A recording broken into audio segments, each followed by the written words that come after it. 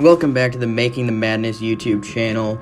Today, it's Sean back again. I'll be discussing another transfer going to Texas. Second of the day, it's Timmy Allen. The Utah transfer has announced his commitment to play for Chris Beard next season. He's transfer number 2 of the day for Chris Beard's Longhorns. And the first one was Devin Askew heading to Texas from Kentucky. Last season, Allen was a first-team All-Pac-12 guy, averaged 17 a game with 6.5 rebounds. He's a four-man who can, with some wing flexibility, and, he's not much of a shooter, only 26% from deep, but is super good in the mid-range and is really strong inside. He's tough to stop. He's a very solid defender, and he's a very good athlete and strong. He's going to play a huge role next season for Chris Beard. He could be the leader of the team because there's a lot of guys leaving, but one who is coming back, he announced this today also, Andrew Jones is coming back, not transferring, not going pro. He is back next season. And when you look at the roster, you have Jones coming back, you have Brock Cunningham still there, you have Allen and you have Askew, you have Jalen Tyson, a 5-star guy who followed Chris Beard to Texas from Texas Tech, and you have another recruit in Keon, a last name that starts with an I that I can't pronounce. I'm not going to lie. That's a tough one to pronounce. And then we're looking at a few other guys. You lose Kamaka Hepa and Royce Ham to the transfer portal. You lose Kai Jones to the NBA. You lose Donovan Williams to the transfer portal. And we're still awaiting decisions on guys like Courtney Ramey. Is he going to return? Is he going to go pro?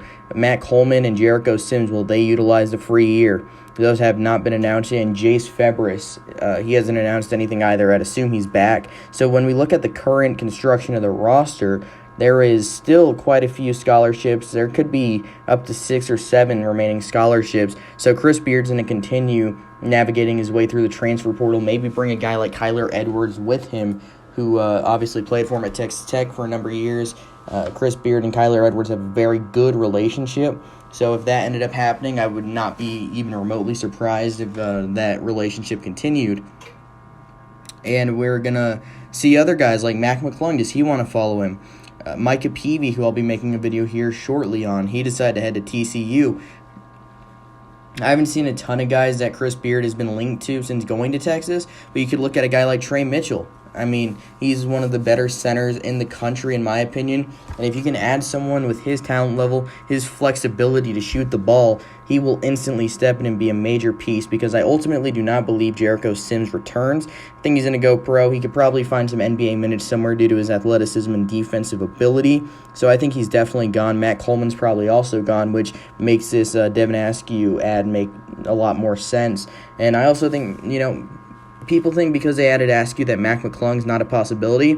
I don't think that's the case at all, because let's think about this. So you add Askew, you return Andrew Jones, who's a shooting guard. He's not a point guard. So you have one point guard on the roster. Courtney Ramey still hasn't announced what he's going to do. Let's say he returns too. And then you add Mac McClung. That's 3 point guards. But Mac McClung can play off the ball. He likes having the ball in his hands a lot, and he likes shooting the ball, but he can play off the ball. And Askew's a primary point guard. He's not a combo. But Mac McClung's a combo. Andrew Jones is a 2. And Courtney Ramey's a combo. So you have a bunch of different combo guards that can do a lot of different things than Devin Askew running the show. I think for Texas, that's a very good thing to have. And if you could add Mac McClung, you add Mac McClung, because he's a very good player. And when he scores, he scores. Texas fans that are listening to this, they know the damage he can do. He broke your guys' hearts very quickly in that buzzer-beating win earlier in the season.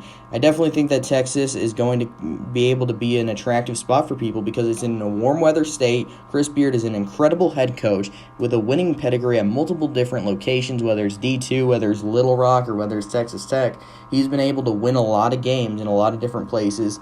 He's experienced, and he is going to be a coach that guys want to play for. I mean, if you talk to any guy that has ever played for Chris Beard, they always seem to speak glowingly about him, and that's certainly telling in the kind of recruiter he is too. He's been able to bring Jalen Tyson with him, who was set to commit to Texas Tech, brought him with him to Texas, and I think Kyler Edwards will follow him too to Texas, and I think he could get more guys to follow him. He's that kind of coach that has been able to bring in a ton of transfers. and he's just an incredible coach, one of the top 5 in the country in my opinion. And I think Texas is set for a solid season depending on who else they can add. There's a lot of room to work with the scholarships they have, and there's a lot of things that they have to fill. But if there's anybody that can do it, it's Chris Beard. Thanks for listening to the video, and until next time, have a good day.